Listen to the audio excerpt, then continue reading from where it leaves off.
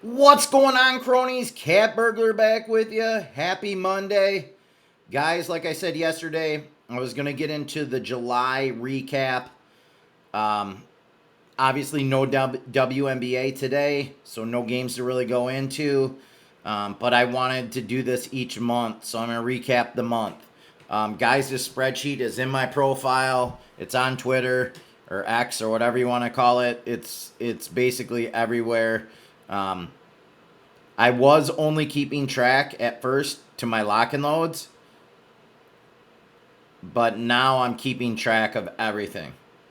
So even my future bets, my lock and loads, my futures, all that stuff. And when we start the BS Betters podcast this week, everybody will have their own spreadsheet, so you'll be able to see it through football.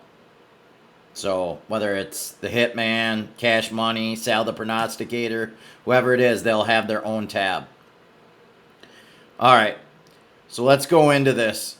Obviously, I have every one of my picks, the odds that I bet it at, the league, the bet type, the amount, win amount, and then final amount is whether I won or not.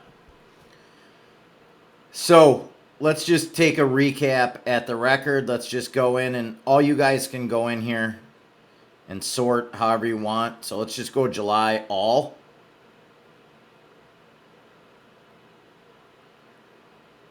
I was 19 and 22, and I was in the red, minus $178.23 for my regular picks.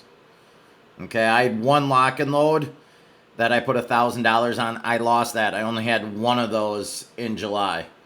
I only think I had one in June too, but one in July. Obviously, guys, like I've been saying, I don't have a lot of lock and loads. There's probably 30 to 40 of them a year. There'll definitely be more in football season as we get going into that, and college basketball and NBA and all those types of things. There'll be more.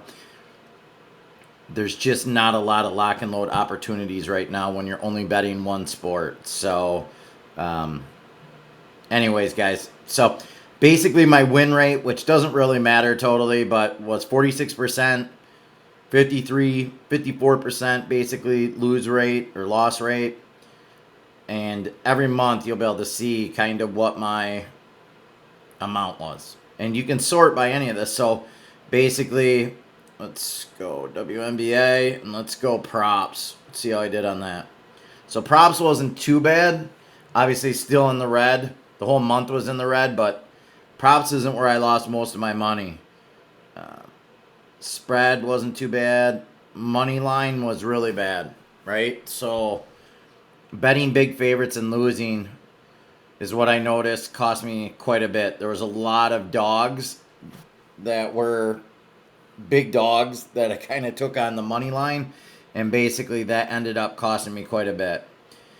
Guys, like I've been saying, I only put $30 on each one of these plays. In the past, I know I've said this before. In the past, I've hit 35 to 45% of my regular plays.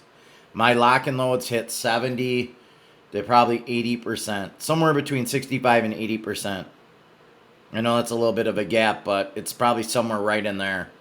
And I'm going to be keeping track. And as you look at my lock and load record here, you can see like it's 1, 2, 3, 4, 5, 6, 7, 6-1. Since I've been keeping track, and even before that, it was crazy before that on the lock and loads. Obviously, I can't really talk about that because it's not documented on any videos, so it is what it is. These are all documented on videos. But obviously, I had a lot of losses in here. There's a lot of streaks of losses and not a lot of green.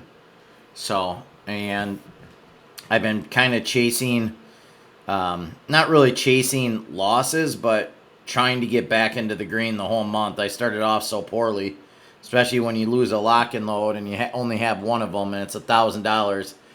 If you're only betting $30 a game and you don't have any more lock and loads, you're pretty much cooked. So, again, I do things a little bit different than what you've probably been told on money management. I do not do the 1 to 3%, which a lot of handicapper sports bettors talk about. The reason why I don't do the 1 to 3% is because if you're betting every day, You have to have discipline, extreme discipline. And when you start losing like I did this month, and it's hard. Sports betting, probably 70% of it is emotional. You know, how you come back after losses, and when you're winning, everything looks good. It's easy to find winners. But when you start losing, like I had a bad month this month in July, I'm overlooking things. And I'm trying to become better at this. I mean, the goal is to get the 50% on my regular picks, because I know what my lock and loads hit. If I can hit 50% on my regular picks, I know I'm going to be profitable at the end of the year quite a bit. It's just these games right here, when you lose a month, like you look at my overall lock and load record, I'm up $1,700. But I was down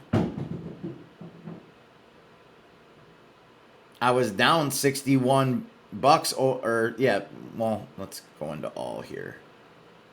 178 bucks. So that takes away from my win totals, right? So you could say, hey, you should only play your lock and loads, but I'd only be playing 35 games a year. It's just hard to do.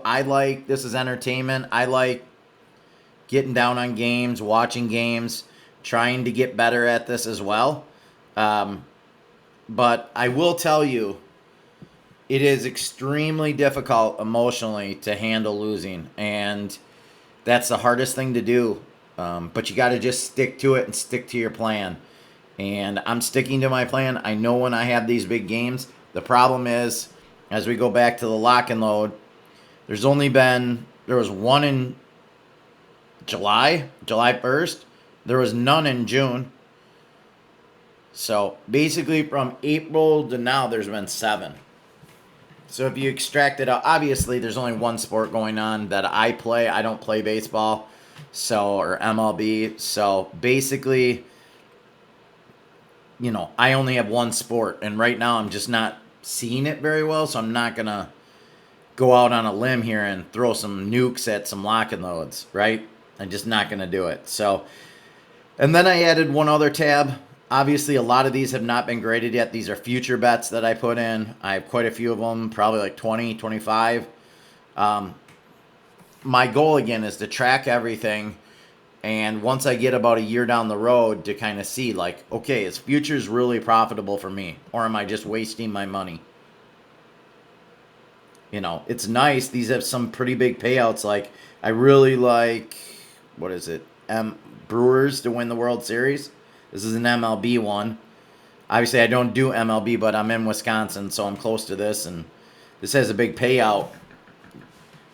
All you got to do really is hit one of these decent ones, and it covers basically all your other bets.